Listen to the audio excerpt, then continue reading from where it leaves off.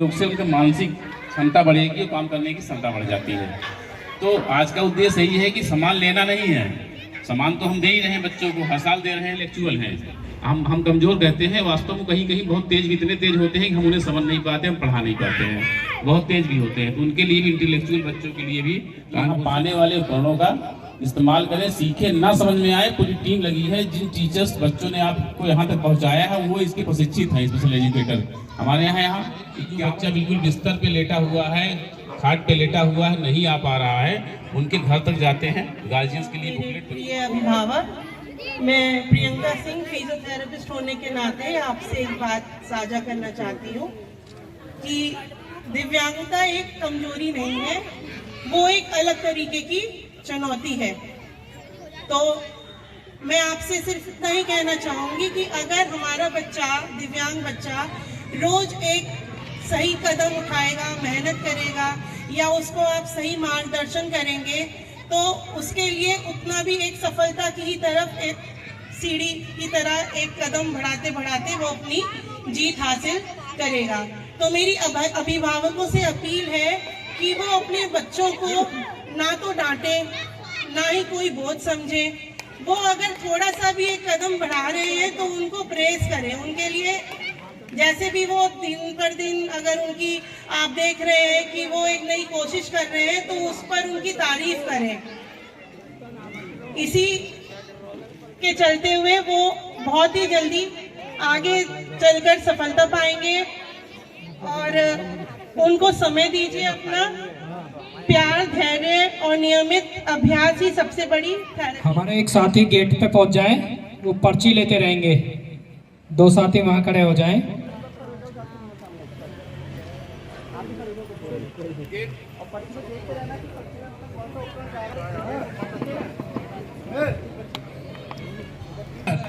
और ये एक भाई जोरदार ताली के साथ, सुंदर, बहुत सुंदर देते हुए हमारे बीओ सर पीछे पीछे, हमारे डीसी सर और पीछे हैं, और हमारे जो अध्यक्ष जी हैं मनोज सर और पीछे हैं।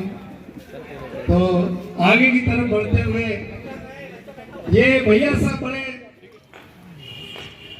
जो प्राथमिक शिक्षक जी सर, आज यहाँ ये साउंड किट दी गई है, किस तरीके की? देखिए, समग्र शिक्षा के तत्वाधान में समेकित शिक्षा के अंतर्गत कक्षा 1 से 8 और 6 से 14 आयु वर्ग के दिव्यांग बच्चों हेतु सहायक उपकरण वितरण शिविर का यहाँ आज आयोजन किया गया और मुझे यहाँ आमंत्रित किया गया। मैं बहुत बहुत धन्यवाद करता हूँ। ये यहाँ जो दिव्यांग बच्चे हैं उनके लिए जितने भी हमारे ये उपकरण आज दिए गए हैं, चाहे वो ट्राईसाइकिल है, चाहे वो कानों के ये सुनने के लिए जो भी है, ये जो हमारी एलिम्को है कंपनी कानपुर से, ये उनके सौजन्य से यहाँ वितरण किया गया है।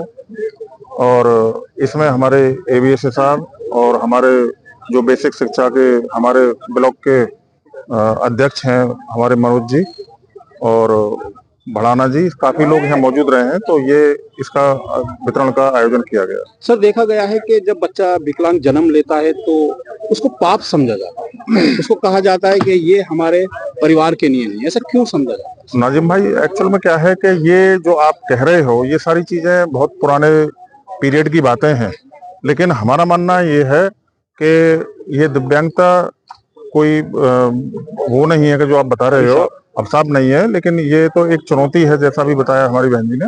मैं भी यही मानता हूँ। और आज के युग में दिव्यांग बच्चे हैं, चाहे वो शिक्षा का मैटर है, चाहे शिक्षा का क्षेत्र है, चाहे स्पोर्ट्स का है, चाहे अन्य कोई सामाजिक क्षेत्र है, सब में आगे हैं।